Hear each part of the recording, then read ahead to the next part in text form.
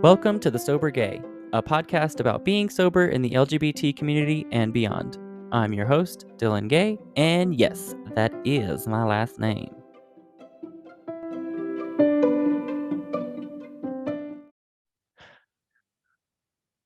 Okay. Welcome, my beaming light, Jessica Jeboult. Yep, that's me. Hello. Do you remember me when I called you your beaming light? Yes. Like, yes. Oh, Yeah. You're blushing. I am. It's really embarrassing, but thank you. Hello. Hi. I know Happy to be here. You're like, I hate when people talk about like stuff like me, and I hate that. And I was like, oh, let me just do it anyway. Start right off the bat. Just get right to it. Oh my god. It's so hard being on the other side. Like, this is hard for me. you know? Yeah. So we're both in such uncomfortable shoes. I'm like, okay, here we go. We got this. I got this. Yeah, it's perfect. It's growing. We're So learning. I love A Sober Girl's Guide. Thank you. I'm such a fan. Can you just tell our audience a little bit about what you do and how cool you are? Okay, well, I don't know about cool, because when I started doing this, I definitely was not cool. Actually, that's what stopped me from doing this for so long. So a little kind of, I guess, about my backstory. I was living in LA for about 11 years. I was a full-time DJ, club DJ, so paid to party. And, I really earned that paycheck, yeah.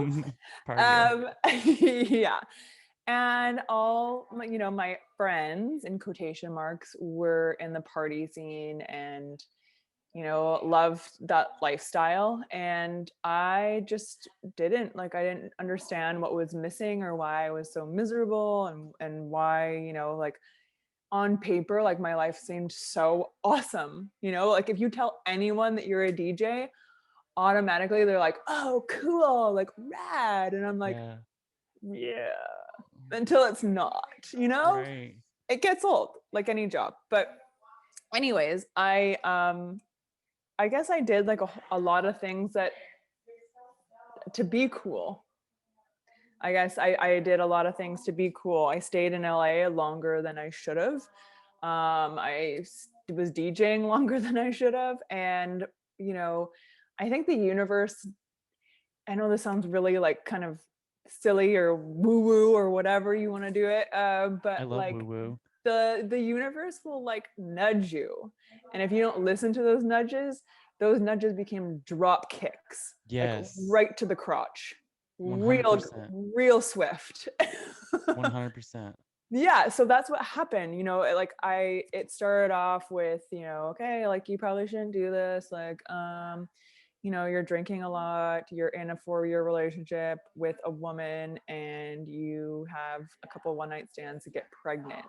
Most people, that would be like, whoa, red flag, alarming, rock bottom. No, for me, I just kept on trucking, got fired from multiple gigs, like, just insane stuff. Like, I was like Hulk Hogan when I was drunk. Like, I would literally pick up a chair and I would just like WWF your ass, like, crazy shit. Like, what? Just complete 180. Yeah, like, just going for security guards, like, right to the throat. Like, I used to laugh when people would say, like, they would be like, oh yeah, your drunk you is just your sober real thoughts or whatever. I'm like, really? So you're telling me I really deep down just want to throw bar chairs at people? Yeah. So deep down, I am a psychopath. Okay, cool. So nice to meet you. Oh my God. I mean, definitely, I guess the aggression that needed to come out, or I thought needed to come out, came out at really horrible times. Right.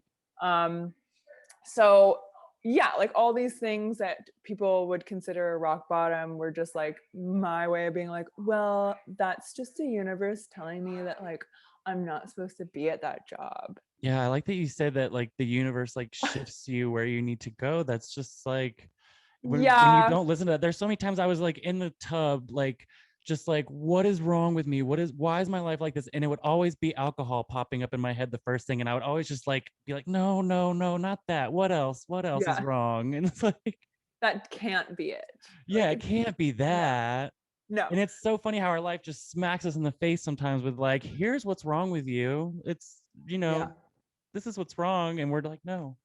No, totally not. Like that's not the sign that I'm looking for. Right. Okay. No, I need a different sign because I'm looking for the Miller Lite sign. Yeah. For sure. But like I was doing all this like horrible behavior. Like I mean like horrible. Like physically assaulting bodyguards at bars that I worked at. Like I used to DJ at the Abbey, like the Oh, biggest gay wow. bar. Yeah. Like Yeah. that was, one of my dream jobs, And then, just being a drunk asshole, I just totally took it for granted and like didn't appreciate anything in my life. And I think alcohol like just kind of does that to you, it's like more and more and more. Like I just, it's very selfish. Yeah. And so like I literally like put my hands on a bodyguard. Like why? Like what am I doing? You had been And so then stripped down to just a shell of a person at that point. oh yeah, like a barfy, gross baby of a Yeah. person. Right. Yeah. Yeah. And so, when I got fired, I'm like, oh, well, that's their loss. That's their problem. It's like, no, it is your problem. And it took me a long time to like figure that out because I had quite the old chip on my shoulder. Oh my God. Yeah. What is it about that? With like, there were so many times showed my ass, did horrible things to people. Yes. And then like, I'm like the next day, I'm like justifying everything I did the night before. I'm like, well, she just had that coming, Yeah. and he was just looking at me weird. Like, Yeah. what? Yes. 100%. 100%. Like it's sick how we justify and rationalize, whatever we want or whatever fits our life. Right. At the present moment. So, okay, so that went on for like a couple of years. I knew alcohol was an issue and I absolutely avoided it like the plague and, naturally blamed it on everyone else. Mm-hmm. So I was in and out of AA, whenever I needed that kind of emotional support that I wasn't that bad. So I'd go to a meeting and be like, oh, well, I haven't been arrested yet. So keep on going. Yeah. Like, You were starting to compare no. yourself to others and be like, well, I'm not that bad. Yeah. And it became like a pissing contest, right? Yeah. So I'm not joking you, like it took me like 10 years to figure out like what is going on and like how I can kind of go about getting sober kind of my own way or something that like related to me because unfortunately like AA and 12 step, like I think it's a great program. I love the structure. I'm all about structure, but like I never felt good leaving the meetings. So and I really forced it. Like I really tried to like belong. I'm like, why am I not getting along with these people? Like why isn't this working for me? So you have that personality like me where it's like anytime someone tries to tell you that this is the only way that it's going to work, yeah, you're like, no, because there yeah, has to be another way. Like you're totally. Yeah. And I'm definitely like more of a forward thinker. Like I absolutely own and I take responsibility for what I've done in the past. I get it. I totally get it, but I don't need to live there, I guess. right. I don't need to go there on a daily or hourly basis. Yeah. I want to hear like the sun is going to rise tomorrow. I want to hear like, okay, this is what you have to look forward to. Like there's so much peace, prosperity, like power that you have coming to you. Not like if you drink, you'll die. Bye, have a good day. Like, what? Yes. It's the same with like working out. I was never good when someone was like yelling at me, like, you got this, you're stronger. I was like, ew, no, I'm crumbling now. Like, I give up. Yeah, like I'm gonna miss this step and just like land on my face. Oh God, here we go. Yeah. Totally get that. Yeah. So it took me a while to kind of figure out like, okay, like maybe there is something else, like something different, or maybe, you know, this is something that I need to work on myself to figure out like, you know, who I am and what motivates me. So again, that took a couple more years, and then the old anxiety and depression really kicked in. Oh yeah. Yeah. And I was so anxious. I don't know if you've experienced this, but like you're just so anxious, like you literally want to crawl out of your skin. Like it's Yeah. sick. Like you don't even feel welcome in your own body. No, yeah, exactly. Like your tummy is just like turning and turning, like everything's going so fast inside of your body. Like I would just like carb overload to try and like slow my system down, Yes. because I Or would just be sleep. going, yeah, I would be going a mile a minute. And I'm like, I just need to like, it turns out like that's not healthy either. Right. Like, like eating yourself to sleep is also not encouraged, but you Right. know what? Like we all kind of find our way and test things out, test the waters. Yeah, as long as you were sober, right? At that point. Well, yeah, no, I wasn't. I Oh also yeah, tried I no. also tried drinking beer in the morning. Oh, That actually shockingly like worked for a couple of months and then came back like with a vengeance. So take that off the list. yeah, right. Yeah, and then I started to miss work. Like my anxiety was so bad that while I was DJing, like literally up like changing songs, I couldn't, like my hands were just like like Oh wow. I couldn't control like my table to make sure that the songs, you know, went smoothly. Wow. It was so ridiculous and so frustrating, and I get so mad at myself. Like, what are you doing? Like, you can do this. Like, you've done this for years. Like, you're such an idiot. Oh, And then it just made it like so much worse. right. And I'm just like, fuck, like, I don't know what the fuck is going on. I don't know what to do. But I didn't know what to do. Like, don't let it fool you.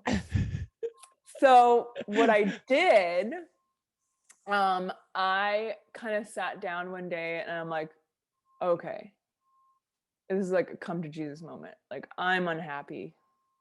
I am. I'm depressed. And I think like when I let myself like feel that and go there, because it was depression's scary, man. Yeah. Like it's freaking scary to admit. That's when I'm like, okay, so if I'm depressed, what am I actually doing in my life that I enjoy or that I look forward to? Like, what in my life am I doing for myself?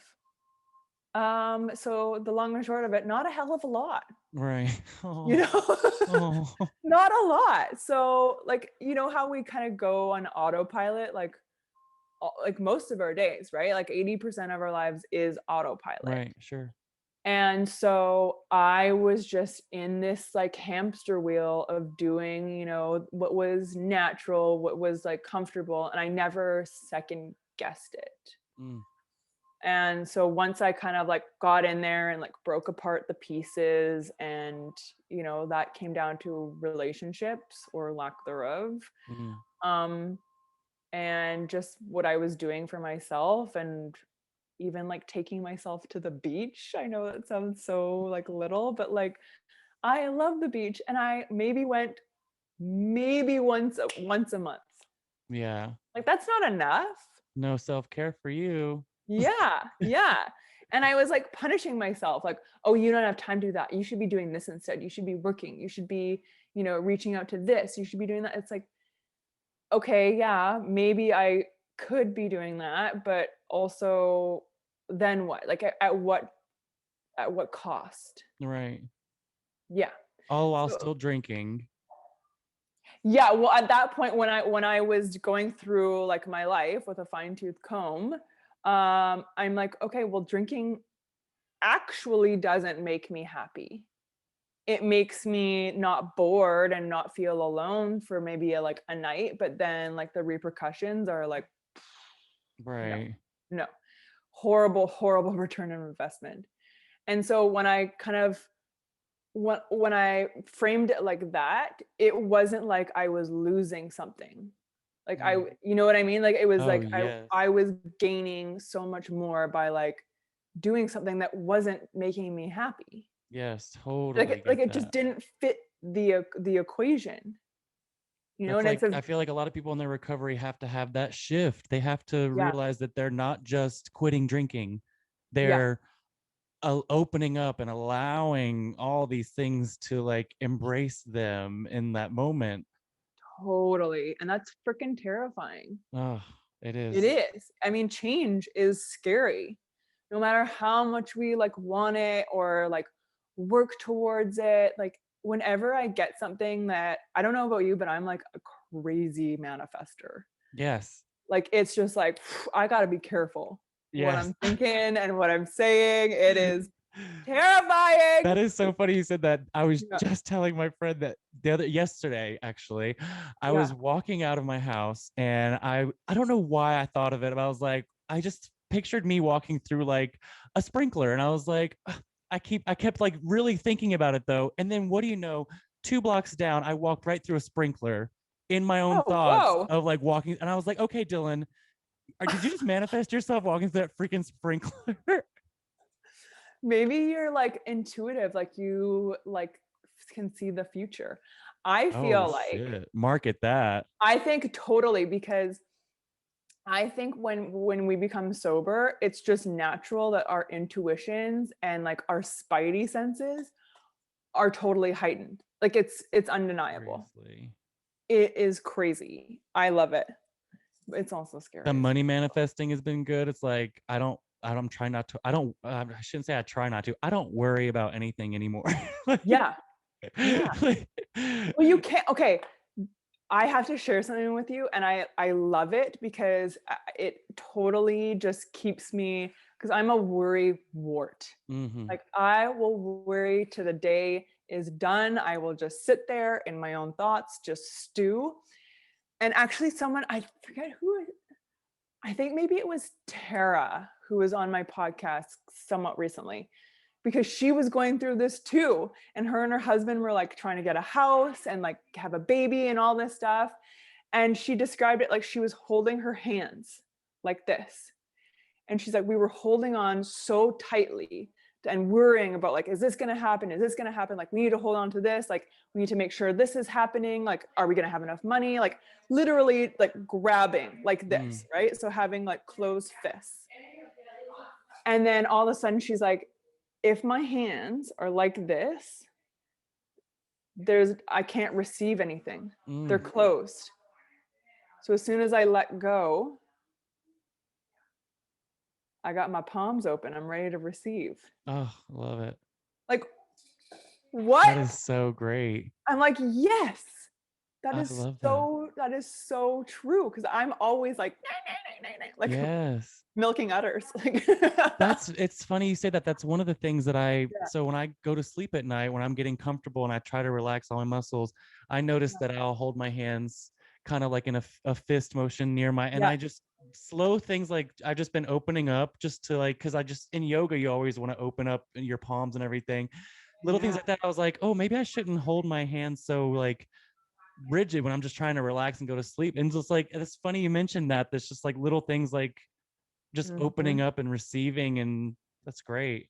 Totally. But like if you have a closed fist, if you're holding on, Yeah. nothing can get in here. Nothing's getting in. Yeah, it's literally gonna like bounce off your fist. But like when you let go, Oh you yeah. open up, you're open to receiving. And that is so scary. Yeah.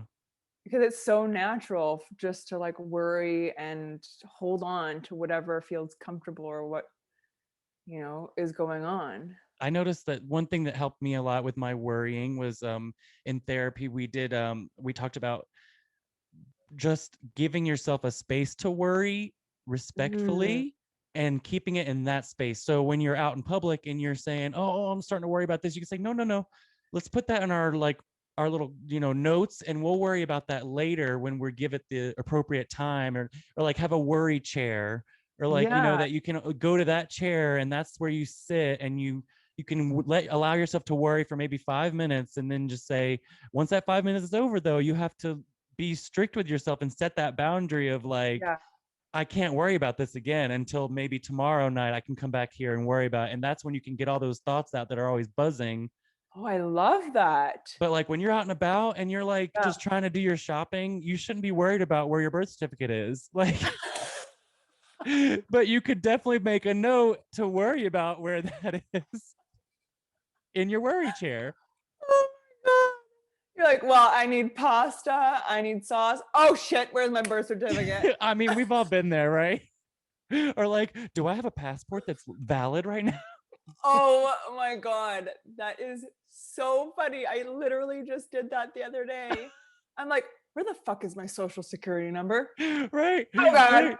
Yeah, it's over.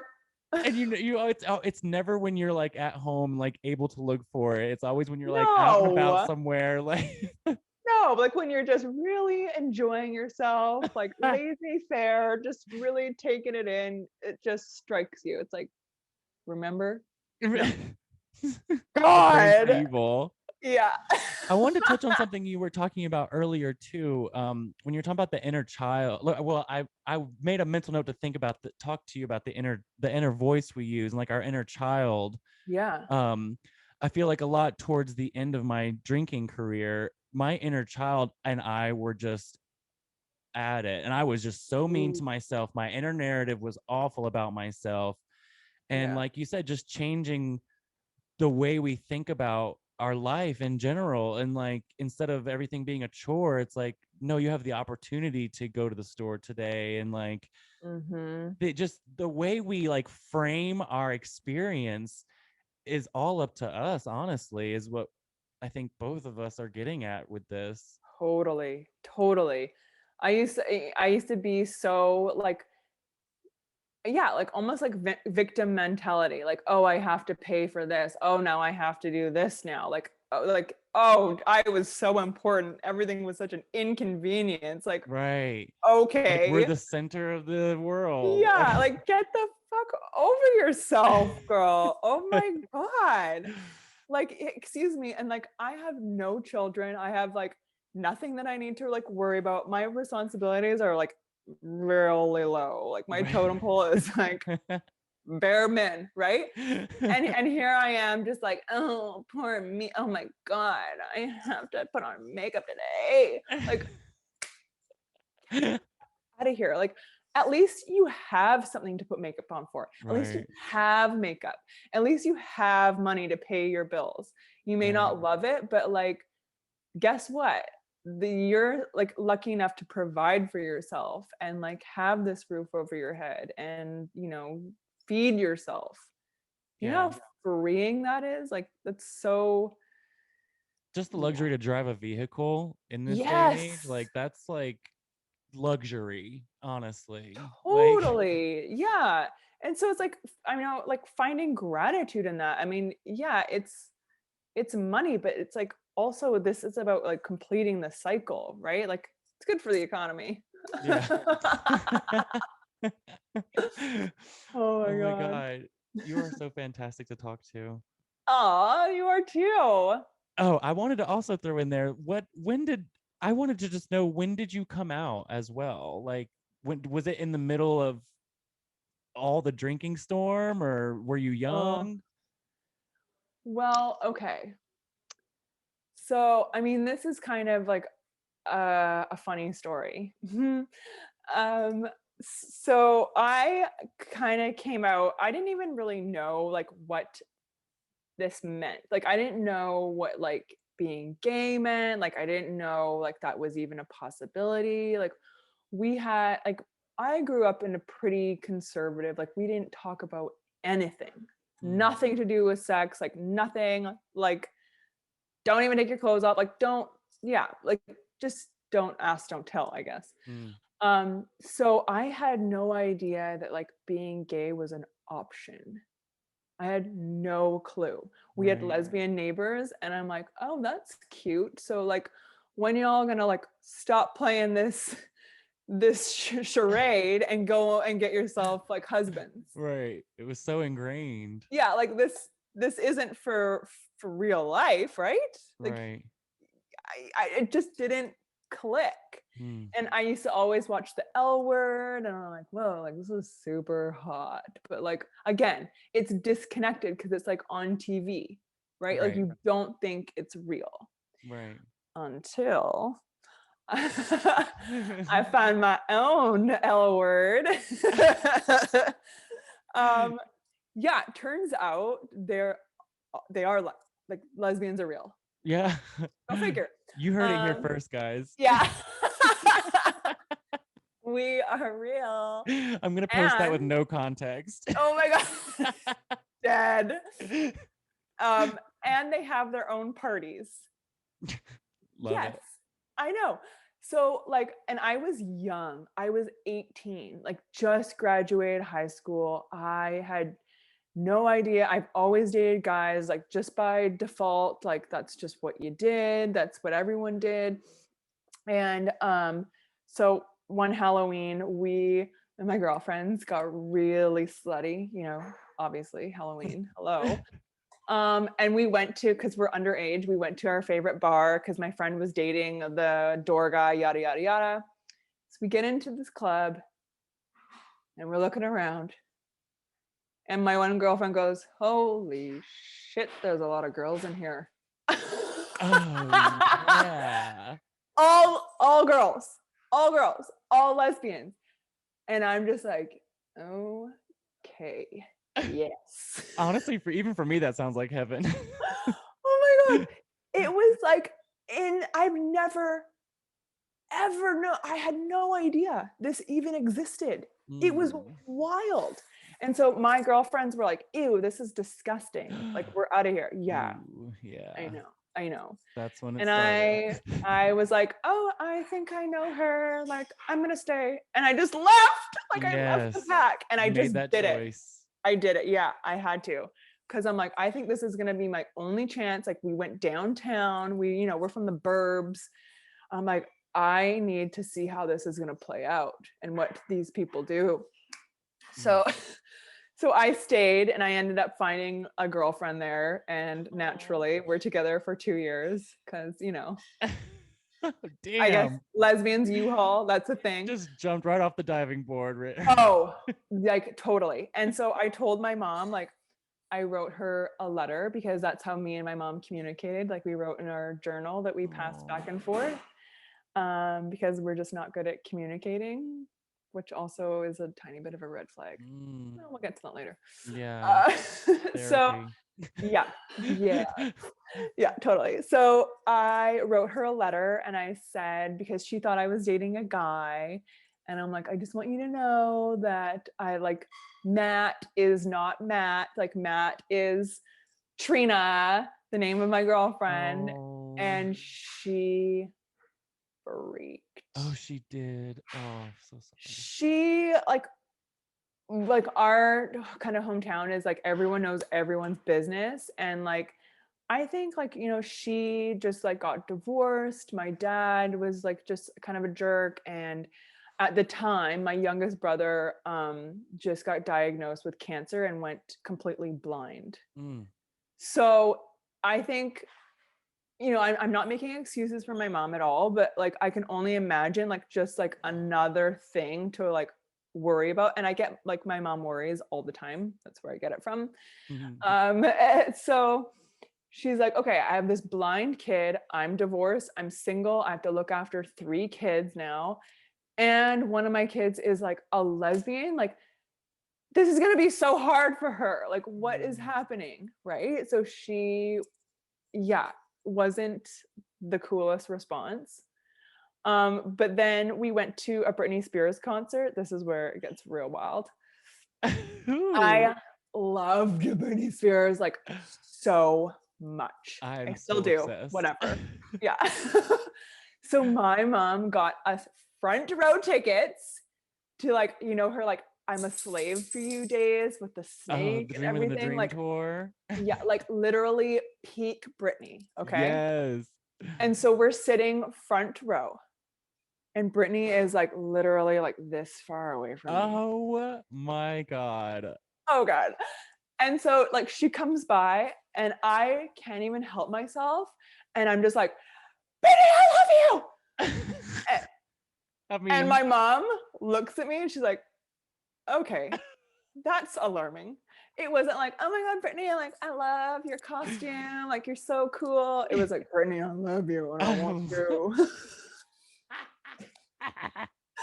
Like, I want to be on you. Like, oh, I love it. Yeah. So like from there, like my mom's like, oh, she's this way. Like she's, you know. Yeah. It's real. Yeah. So that was kind of like part of my coming out story. Like solidified it. Oh my God. I just had to know. Yeah. I just had to put that out there for our listeners, I'm sure.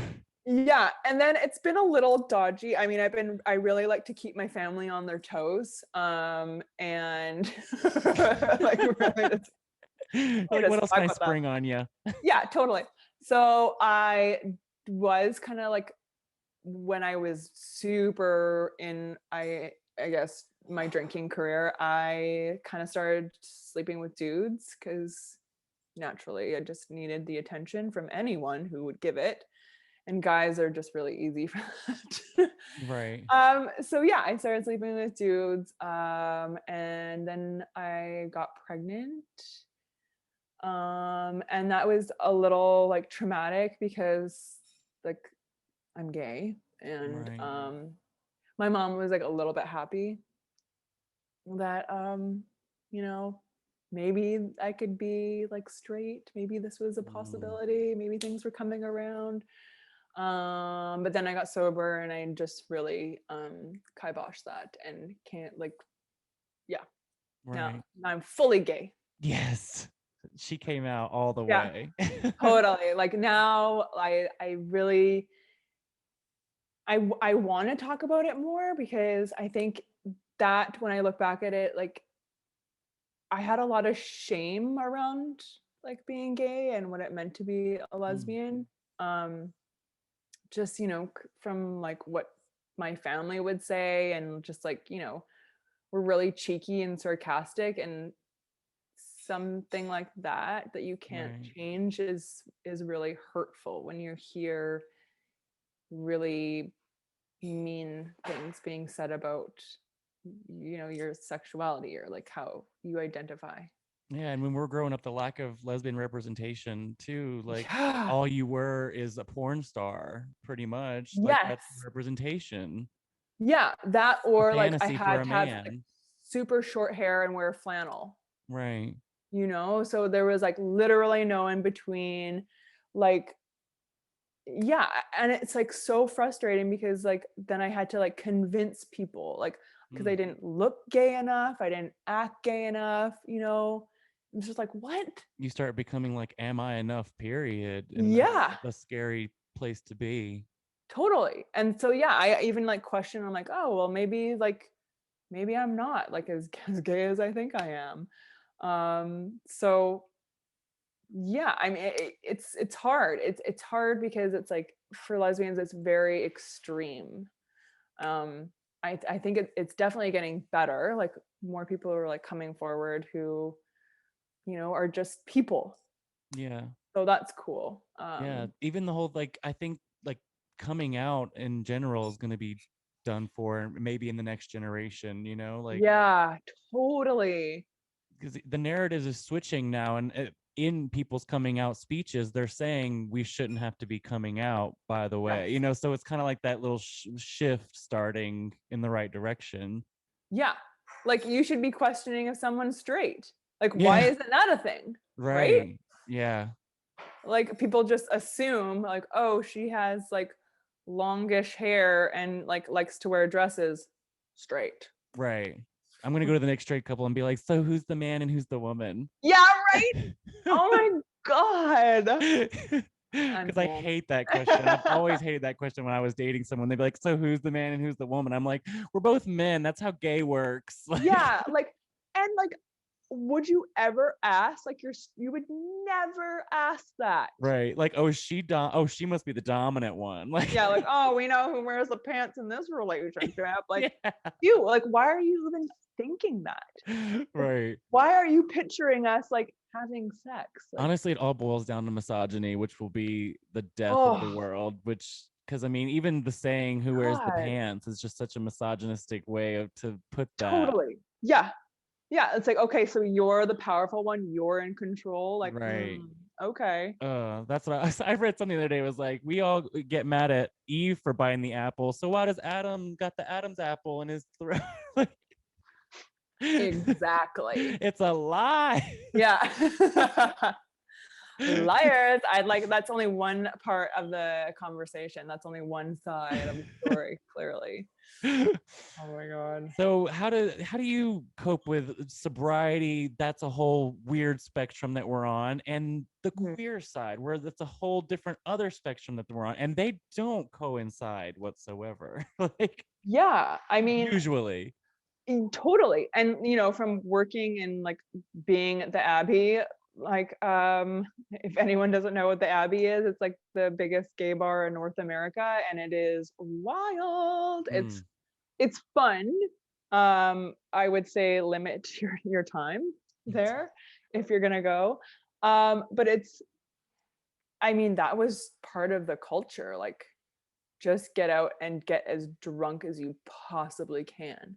There was no like, oh, like just cocktails to enjoy yourself. No, no, no, no, no. It was like a race to the finish line. Right. Yeah. And I feel like it was like that for everyone. It was so weird. But being gay and being sober is a very niche market. Yeah. It's really interesting, like in terms of dating goes, like that's interesting. But I guess I try not to like focus on those like kind of two labels, I Right. guess, and just kind of like try and focus on who I am and my like core values. Right. It's just annoying to always have a disclosure. Like, we have a permanent asterisk next to our head that's like, Yeah. see description. Yeah. Gay and sober. Yeah, totally. It's like, no, I don't like men. And yes, I am wearing a dress. And no, I would not like a glass of wine because I am sober. It's like just really going against all grains here. Right. Oh, you wanted me in a box? No. Yeah. No, no, no, no, no, no, No, never. no. Never, never. Yeah, but it's like it's frustrating at sometimes, but then I don't know. I guess it's depending on the day. I kind of have turned it into like a conversation because everyone has someone in their life who is like sober or thinking of getting sober or has been affected by someone's like sobriety and recovery. So that I definitely use it as a bonding tool, like an invitation to have a conversation. The gay aspect, I maybe am not as comfortable talking about that with everyone. I think that one's still a little like on reserve. Right. It's just, Yeah. well, I always say to everyone, like, your story is your story and it's unique to you. And, you know, it whatever you say is whatever is your truth. And that's all you have. So Yeah. I appreciate everything you've shared so far today. Thank you. Honestly.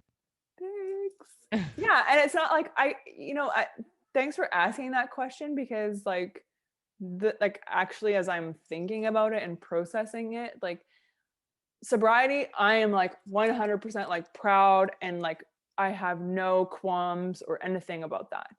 That is just like how it is. It's set in stone. That's what it is. But like the gay part, I think I've definitely had some very negative experiences when I've like talked about it or expressed that's how I identify, and I'm still a bit like gun shy about it. Yeah.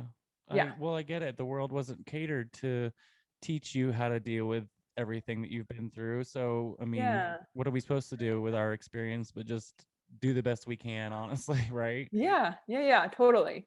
I think it get like better and better like every time, like you and I talk about it, or like anyone talks about it, or like anyone feels comfortable.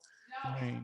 Yeah. As long as because we're visible. We're here. We're not going anywhere. Yeah. We exist, and we're not the only ones. So Exactly. we're everywhere. Yes, we're everywhere. We're taking over. We're like anonymous, like fear us. We are here, whatever. Well, we are coming towards the end of our time here. Okay. I really appreciate everything you've shared today. You're Thank just such a, like I always say now, you're just a beaming light. Because I'm just a little old grandma at heart, honestly, and I just adore you, honestly. Aw, thank you. The feeling's mutual, you little cutie. Do you want to, not that you need to, I'm sure everyone already knows you, but do you want to plug yourself?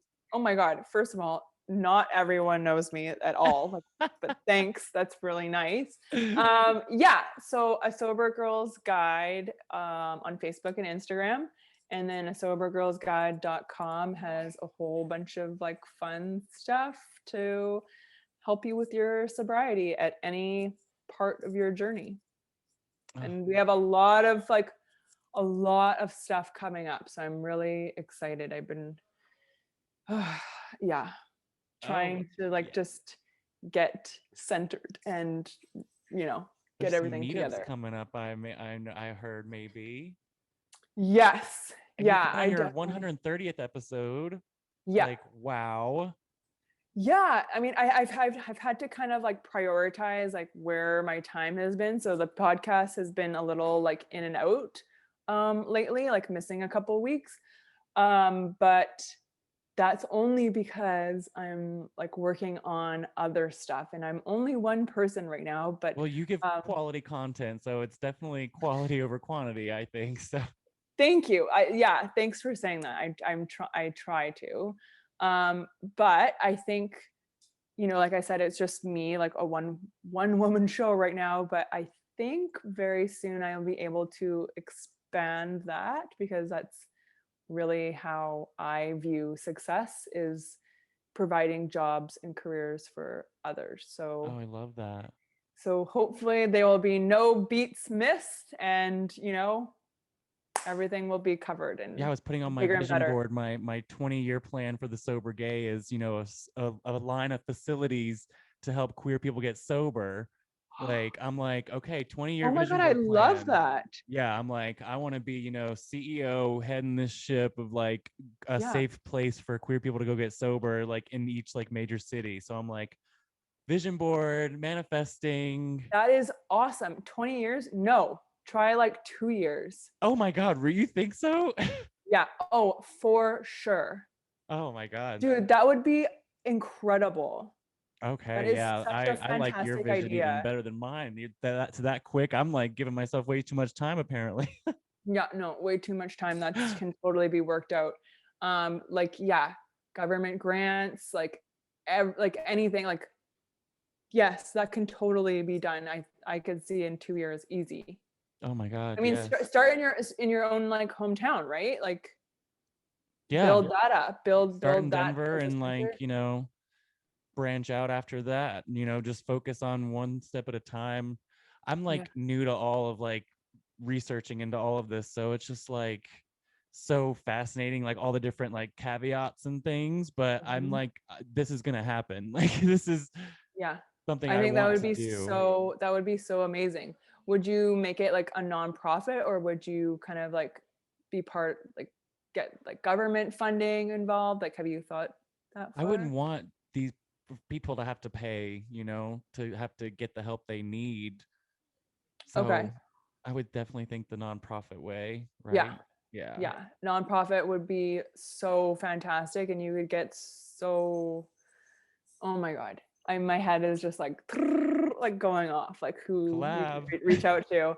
No, I mean, this is your baby. Like whatever you need, if you need any like contacts or ideas, like totally hit me up, because I already have like a couple just came to mind.